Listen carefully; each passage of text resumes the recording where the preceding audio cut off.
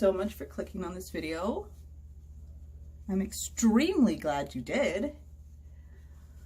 I just wanted to kind of pop on here while I'm getting ready for Mom's Day with my oldest son for preschool and kind of get some things off my chest that I have been thinking about. One of them is people's opinion about me. People always assume that I'm trying to disprove or embarrass or make fun of, or that my goal is to ultimately just ridicule women who think they are cryptically pregnant or women who think they are pregnant when they're testing negative. This is so far from the truth, because if I were to ridicule these women who believe these things, one second. Okay, so like I was saying, if I were to ridicule these women who think that they are pregnant for years or believe that they are pregnant even with false results, like false negative or negative urine, negative blood, or negative ultrasound, if I were to ridicule these women who believe that they are pregnant despite these negative tests, or women who have believed themselves to be pregnant for 18 months to 7 to 10 years, I ultimately would be ridiculing myself, because I did believe that I was experiencing a pregnancy that was different. I believe that I was experiencing a cryptic pregnancy, a pregnancy that does not show up on any tests. I just decided to choose, I just decided and I chose to believe the ultrasound. I chose to believe the ultrasound technician, and I chose to believe my doctor that my uterus was in fact empty and that I was never pregnant during the time that I thought I was. And that's okay. It's okay that I thought I was pregnant and I wasn't pregnant, even for 5 consecutive months.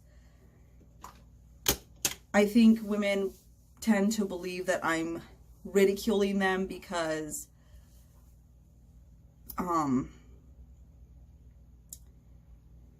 of the information that I present about cryptic pregnancy. I ask a lot of in-depth questions, a lot of questions that the cryptic pregnancy community cannot answer.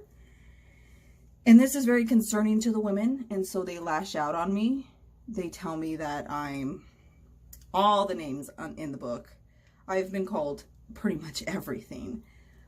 It's kind of to the point now where I don't even really react to these comments of people calling me names or anything like that, because I know that it really has nothing to do with me deep down inside. It's something that they're working through in their own individual emotions and their own individual experience. They are trying to figure out what is happening to them every single day.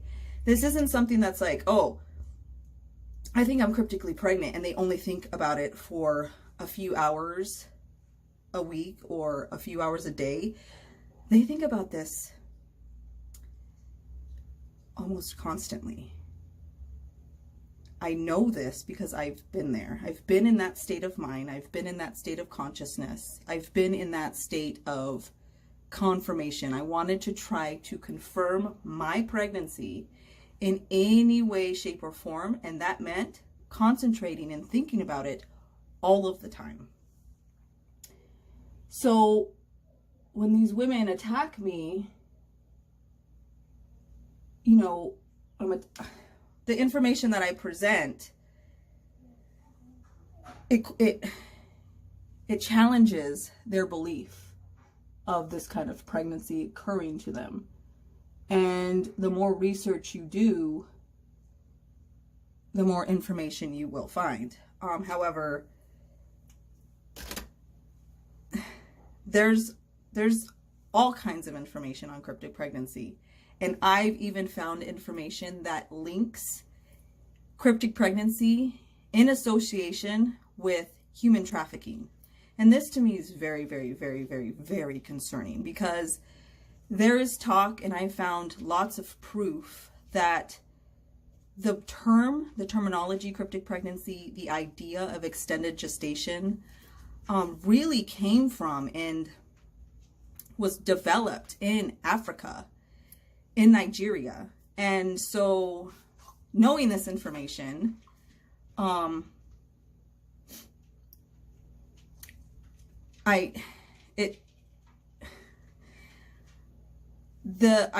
the idea of human trafficking being involved in these women receiving babies, and that's how some of the women who claim to be cryptically pregnant for years and years and years, that's how some of these women do obtain their children, is by buying their children. And so